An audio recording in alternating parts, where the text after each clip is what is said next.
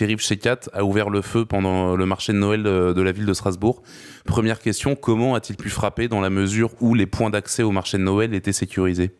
Alors, au moment où je vous parle, il y a 3/4 d'heure, j'ai reçu un mail de Strasbourg, qui est une ville que je connais bien, où j'ai même de la famille, d'une dame qui me disait que à peu près 1 heure avant que shérif Shekat n'arrive au point de contrôle du pont du Corbeau et de la rue du Vieux Marché aux Poissons, celle qui mène au centre-ville et donc au marché de Noël, elle avait été contrôlée de très près à cet endroit-là, et qu'elle avait dû monter ses papiers d'identité, et qu'il y avait un contrôle étroit ouvert son sac, etc. Donc ça, c'était genre vers 18h45, parce que 1 heure avant.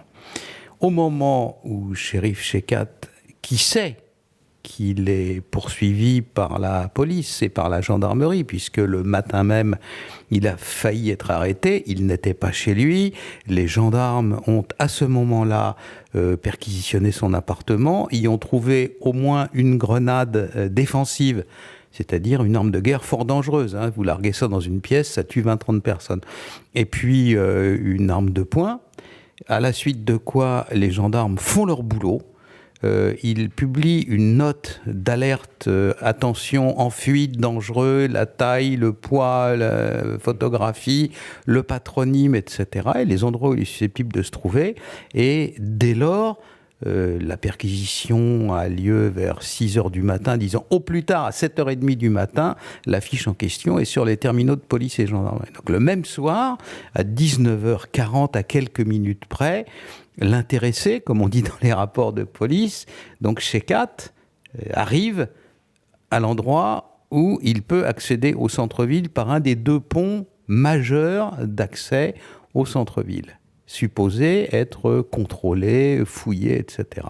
Et là, on ne sait pas, mais il passe. Il passe avec une arme de poing impressionnante, c'est-à-dire un gros vieux pistolet d'ordonnance, le revolver de 1892, et un poignard.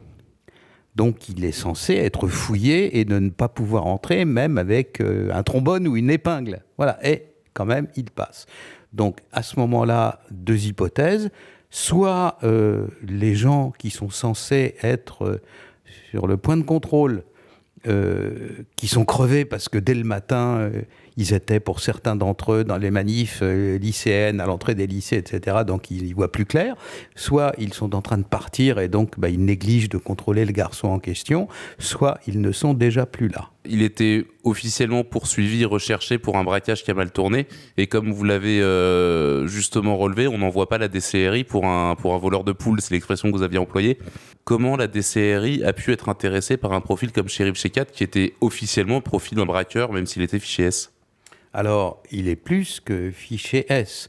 Vous savez qu'il y a un autre fichier qui s'appelle FNPT1 ou un truc dans ce goût-là, qui est le fichier non seulement des personnes radicalisés, c'est-à-dire dont on est sûr, preuve à l'appui, qu'ils sont islamistes, mais également qu'ils sont dangereux, à savoir qu'ils ont eu ou qu'ils ont accès à des armes ou à des outils dangereux comme ça. Donc il figure sur les 2 fichiers. En conséquence de quoi, tout ce qu'il fait est susceptible de basculer côté crime de droit commun. Il semble que la raison pour laquelle les gendarmes voulaient l'arrêter à ce moment-là était un homejacking. Vous savez, on rentre dans une maison, on essaie de braquer de l'argent aux gens qui y sont, etc., prendre leur numéro de carte de paiement, etc. Mais après tout, il était avec 3 ou 4 complices qui étaient, semble-t-il, d'une origine continentale et analogue à la sienne. C'est-à-dire des Maghrébins comme lui, et ils avaient peut-être la possibilité ou l'envie ou le désir, on ne le sait pas, mais peut-être le saura-t-on dans les temps qui viennent, puisque les 3 autres ont été arrêtés et sont entre les mains de la police, d'accumuler de l'argent pour pouvoir après ça faire des attentats ou autres. On ne le sait pas à l'heure actuelle. Mais en tout cas, comme l'individu en question est signalé depuis 3 ans pour son prosélytisme, que c'est un véritable gibier de prison. En plus de ça, il y est connu comme le loup blanc, parce que chaque fois qu'il est en prison, il y a coups et blessures sur dépositaire de l'autorité. Il n'arrête pas pas, si vous voulez, de casser la gueule aux gardiens ou de faire des trucs comme ça, il est quand même assez connu, assez repéré. Et il le fait toujours dans des circonstances et avec des déclarations qui montrent que c'est un islamiste confirmé.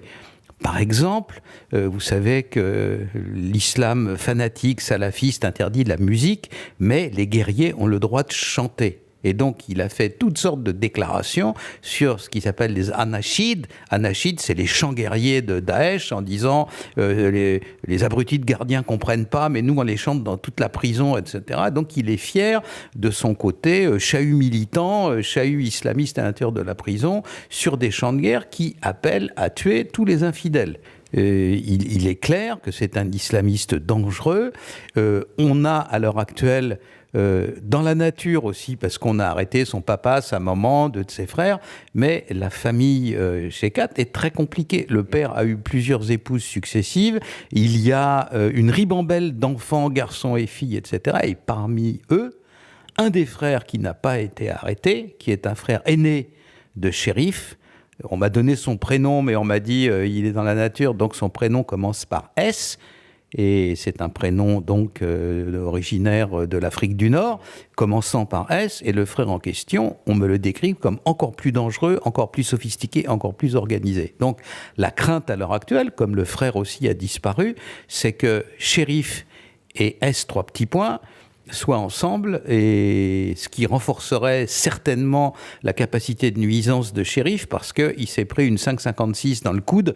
On m'a précisé que c'est dans le coude qu'il avait pris la balle et que les balles à haute vélocité des fusils FAMAS, donc il a un bras neutralisé, quoi. On a du mal à imaginer comment un homme aussi recherché et en plus blessé comme Chérif Shekat peut jusqu'à présent échapper aux forces de l'ordre. Alors, deux solutions. Il y a 2 signalements en Allemagne. Deux individus, 2 Allemands crédibles ont dit oui, on a vu un garçon, il ressemble à ci, à ça, et donc à l'heure actuelle on cherche de ce côté-là, mais ça n'est pas sûr, car dans la zone où il a disparu, il peut très facilement rejoindre des quartiers périphériques, d'autres quartiers périphériques de Strasbourg, où résident les éléments d'une importante communauté tchétchènes, fanatisés, salafistes. Ce sont des gens redoutables. Pour certains, ce sont d'anciens guerriers des guerres de Tchétchénie qui savent ce que c'est que la guérilla urbaine, et d'autres plus jeunes, comme les complices de celui qui s'appelait Ramzat Azimov, qui est venu en mai dernier assassiner à Paris, au nom de l'État islamique, un passant au poignard dans le 2e arrondissement près du quartier de l'Opéra. Hein, voilà. Donc il avait 2 complices à Strasbourg qui s'appellent Abdul Karim et Abdul Hamid Anaïef, hein, et les 2 en question, malgré leur jeune âge, sont aussi sur tous les fichiers FNTP, hein, le fichier du terrorisme, le fichier, les fichiers, etc. Et ce sont donc des garçons très dangereux. Donc la crainte, s'il a disparu en Suisse ou en Allemagne, bon, on finira par le retrouver, mais s'il est planqué avec son frère, le frère aîné S, 3 petits points, et puis des Tchétchènes de cet acabit-là, ça va pas être une promenade de santé d'aller le récupérer, quoi. Voilà où nous en sommes à l'heure actuelle. D'un peu étrange dans toute cette affaire-là.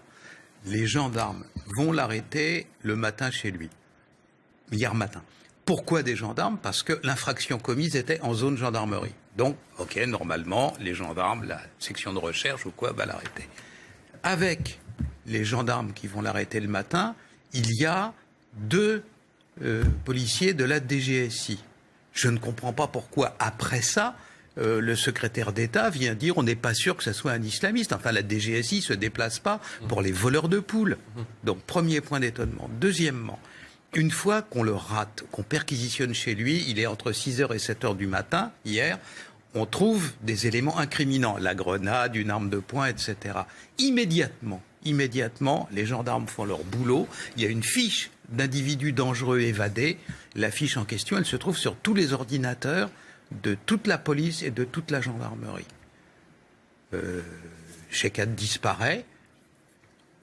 Retour quelques heures après, à 19h30, le pont du Corbeau, qui est un des 2 grands ponts d'accès au centre de la ville de Strasbourg. Il y a une vidéosurveillance sur ce pont. Il traverse le pont, et là, à l'entrée de la rue qui est en face de lui, il y a un barrage. Le barrage en question, il est composé de policiers qui vérifient les identités. À côté d'eux, il y a une camionnette dans laquelle il y a un ordinateur sur l'écran duquel se trouve le portrait de l'individu en question, danger. Comment arrive-t-il à entrer à l'intérieur de la ville? Mais comment avez-vous eu toutes ces informations? Mais par des policiers et des gendarmes de Strasbourg. Si ce que vous dites est vrai, c'est assez grave. Ça y est, c'est sorti. Non, c'est pas sorti. Non, ce sont des informations que nous annonce effectivement. Mais c'est très glaçant d'apprendre tout cela. Une cellule de crise a été rapidement mise en place à Strasbourg, au cœur de la ville. De nombreuses personnes y sont passées. Certaines d'entre elles disent d'ailleurs avoir aperçu le tireur. Écoutez. On entend des coups de feu, tout le monde nous dit courez. On court, on arrive vers place de la cathédrale, on descend là à la rue Gutenberg, arrive à la rue Gutenberg, il y a des gens qui montent de place Saint-Thomas. J'arrive au coin de la ruelle, j'étais avec ma mère et un monsieur derrière moi. Il y a un monsieur avec un type de gun énorme. Je sais pas, c'était grand comme ça. C'était pas un flic parce qu'il n'y avait pas de gilet pare-balles. Il n'y avait pas le brassard. C'était un gros monsieur avec un fusil d'assaut, j'en ai aucune idée. Ça m'a fait paniquer, je tourne, je dis à ma mère, cours. On a couru, on a été logé grâce à l'hôtel Gutenberg. On était au souterrain dans un type de bunker, dans les sous-sols de l'hôtel. Ensuite, il y a un monsieur du GIGN qui est rentré. Et on est monté à l'étage. Le monsieur du GIGN nous a dit de ne pas sortir, de rester là jusqu'à celui qui revienne sonner. On pense que ça arrive à tout le monde, mais pas chez nous. On ne se sentait pas concernés jusqu'à ce que ça nous arrive.